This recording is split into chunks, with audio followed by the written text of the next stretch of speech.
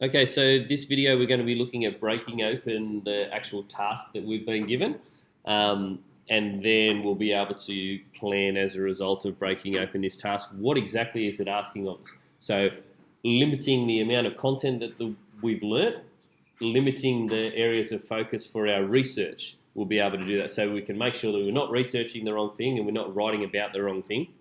Well, not necessarily the wrong thing, but things that aren't pertaining to the task at hand. Okay, so we need to research and prepare an extended response for the following questions. So when you go into, on the day that it's due on the Tuesday the 3rd of July, you're going to get this exact question. Okay, so it's a pretty good preparation that you've had for it. I always go and have a look at the question before I have a look at the quote that they're giving us or the stimulus that they're giving us. Okay, key verb is overt here in the first instance because it's asking us to describe. So when we describe, we need to indicate the main features of.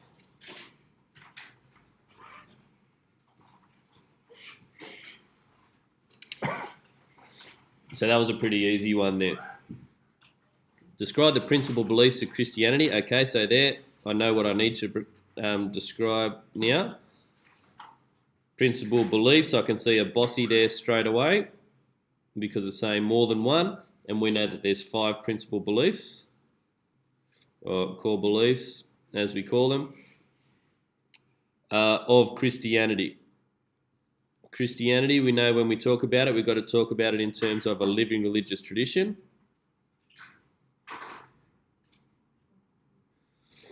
Which straight away means we need to talk about it in terms of Catholic, Protestant and Orthodox as well. Sorry, I should have gone back. When we're looking at principal beliefs, we're looking at that core belief part of it there. In your response, clarify. Okay, so here's the two-pronged part of the question. We're given 2 key verbs here, which is rare. But I suppose because you've been given the question in advance. So if you clarify something, you have to make it clear by example. Okay, so if we clarify something, we make it clear, and when someone wants to be taught something, you need to clarify it. You can clarify by giving an example of it to show you understand what's going on. In your response, clarify the statement.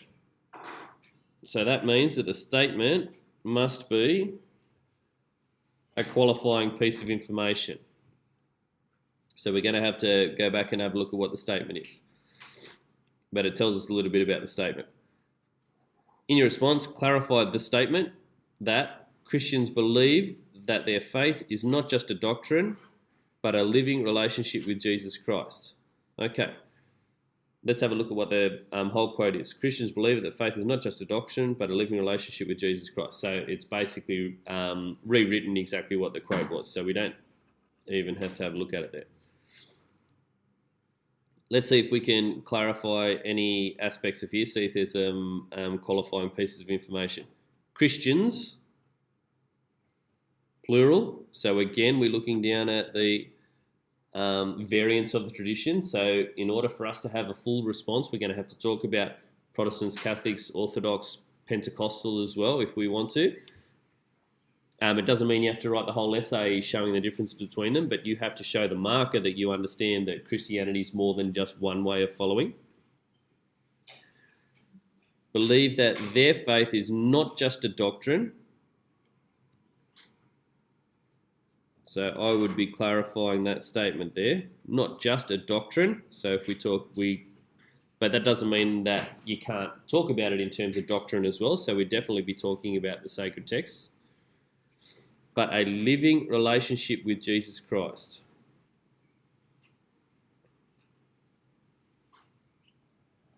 Okay, this is going to be the qualifying piece of information that's going. Sorry, I should have boxed that.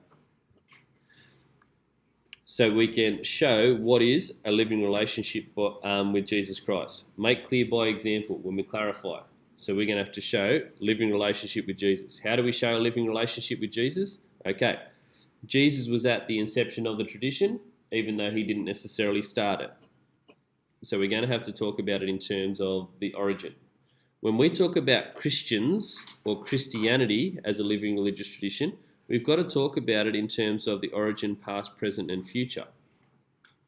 So we're going to have to be showing these relationships from the inception, the time when Jesus was around, up until now, because we're talking about Christians. So we need to come up with examples, make clear by example,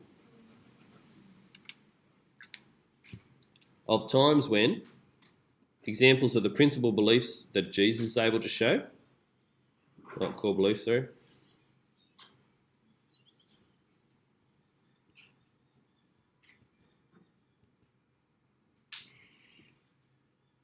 linking to, we'd be able to get those quotes from the sacred text.